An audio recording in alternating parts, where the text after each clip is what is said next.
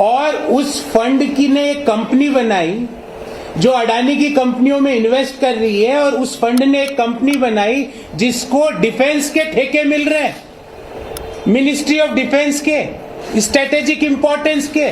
ये मॉरिशस का फंड है। मैंने आज तक ऐसा नहीं देखा कि एक फंड को ओनर भी बन गया अडानी के साथ डिफेंस की फर्म में। इस फर्म का नाम है एलारा, ELARA। ये फर्म है मॉरिशस में। इसने निवेश किया अडानी की कंपनियों में।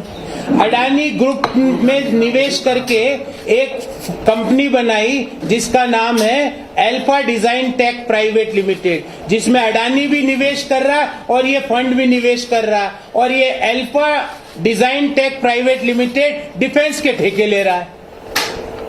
मैंने तो ऐसा कभी संयोग देखा नहीं।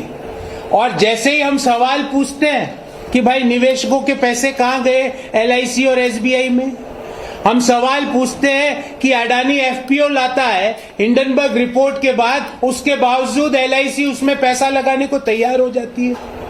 ये कौन से दबाव काम कर रहे हैं? और ED और जांच एजेंसियां, अगर कोई विपक्षी दल का नेता सवाल भी पूछ ले तो उसके घर ED का छापा। अगर भारतीय जनता पार्टी को लग जाए कि इस स्टेट में वो हार रही है तो वहां के नेताओं के घर ED का छापा, उनके रिश्तेदारों के घर ED का छापा, कांग्रेस पार्टी के नेताओं के विरुद्ध ED का छापा, हमारे जो लाइक माइंडेड पार्टीज हैं उनके नेताओं के विरुद्ध ED का छापा। ED और CBI को क्या अडानी का एड्रेस पता नहीं है तो हम देते हैं? We will provide all sort of address. क्या ED और CBI को अडानी के घर के एड्रेस नहीं पता? और जब सवाल पूछे जाते हैं, राहुल गांधी जी जब सवाल पूछते हैं तो उसको कार्रवाई से हटा दिया जाता है। आप कार्रवाई से तो हटा दोगे, पर वो सवाल जो देश के लोगों के दिलों में बैठ चुके हैं, और वो सवाल ये है कि ये मॉरिशस रूट से जो शेल कंपनियों के थ्रू पैसा आया, उस कंपनियों के असली मालिक कौन है, देश ये जानना चाहता है। जिन शेल कंपनियों के थ्रू पैसा लाकर अडानी जी 600वें नंबर के रईस आदमी से दुनिया के दूसरे नंबर के रईस आदमी बने, वो फॉर्मूला प्रधानमंत्री जी में एक बार मन की बात कीजिए और वो फॉर्मूला देश के लोगों को और देश के युवाओं को बताओ कि 600वें नंबर से दूसरे नंबर का रईस 7 साल में 8 साल में कैसे बना जाता है, देश के युवाओं को बताओ। हम तो ये मांग कर रहे हैं कि एक बार प्रधानमंत्री जी मन की बात में अडानी जी को गेस्ट फैकल्टी बुला ले, कि आज अडानी जी मन की बात करेंगे एज ए गेस्ट स्पीकर, और गेस्ट स्पीकर में आके वो बताएं कि किस तरह उन्होंने 600वें नंबर से छलांग लगा के दुनिया के दूसरे नंबर के रईस व्यक्ति तक पहुंचे। हम किसी व्यक्ति की यात्रा के विरुद्ध नहीं है, पर हम क्रोनी कैपिटलिज्म के खिलाफ है। हम उन चीजों के खिलाफ है कि हमारे जो पंच महाभूत है, धरती, आकाश, पाताल, अग्नि, जल, इन पांचों में कुछ भी अगर सरकार बेचेगी तो आपको क्या वेट करना पड़ेगा कि ये किसको जाएगा? अगर एयरपोर्ट भी अगर प्राइवेटाइज किए जाएंगे तो किसको मिलेंगे? मुझे, आपको और देश के बच्चे को पता है। कोयले की खदान अगर प्राइवेटाइज करेंगे तो किसको जाएगी वो, या कोयले की खदान का आवंटन किसको होगा?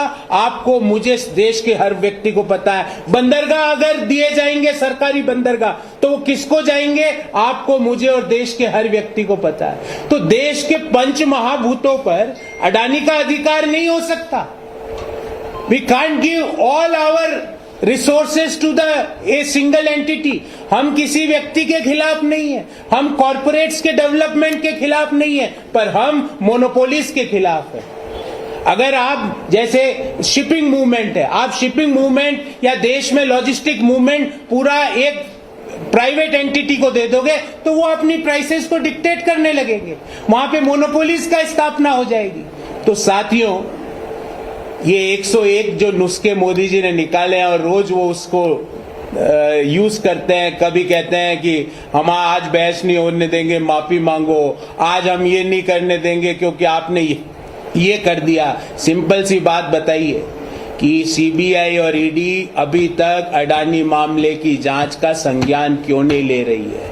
सिंपल सी बात बताइए कि निवेशकों के LIC और SBI में पैसे टूटे, उसका जिम्मेवार कौन है? सिंपल सी बात बताइए कि इतना सब होने के बाद भी LIC अडानी के FPO में पैसे देने को तैयार हो गया, उसका प्रेशर किसने डाला? सिंपल सी बात बताइए कि एक मॉरिशस का फर्म जो अडानी कंपनी में इन्वेस्टर है, वही फर्म आगे जाके डिफेंस के ठेके क्यों कैसे ले पा रही है, ये देश के लोगों को बताइए। सिंपल सी बात बताइए कि जहां जहां प्रधानमंत्री जी जाते हैं, भले इजराइल जाए, बांग्लादेश जाए, ऑस्ट्रेलिया जाए तो ऑस्ट्रेलिया की कोल माइन, बांग्लादेश जाए तो बांग्लादेश के पावर सप्लाई का एग्रीमेंट, इजराइल जाए तो डिफेंस की टेक्नोलॉजी, वो सारी अडानी को ही क्यों मिल जाती है? दुनिया में देश में कोई और कंपनी नहीं है क्या? छोटे MSME उद्योग नहीं है जिन्होंने स्पेस टेक्नोलॉजी, जिन्होंने उस टेक्नोलॉजी पे बरसों खपा दिए, पर वो काम उनको नहीं मिलता है,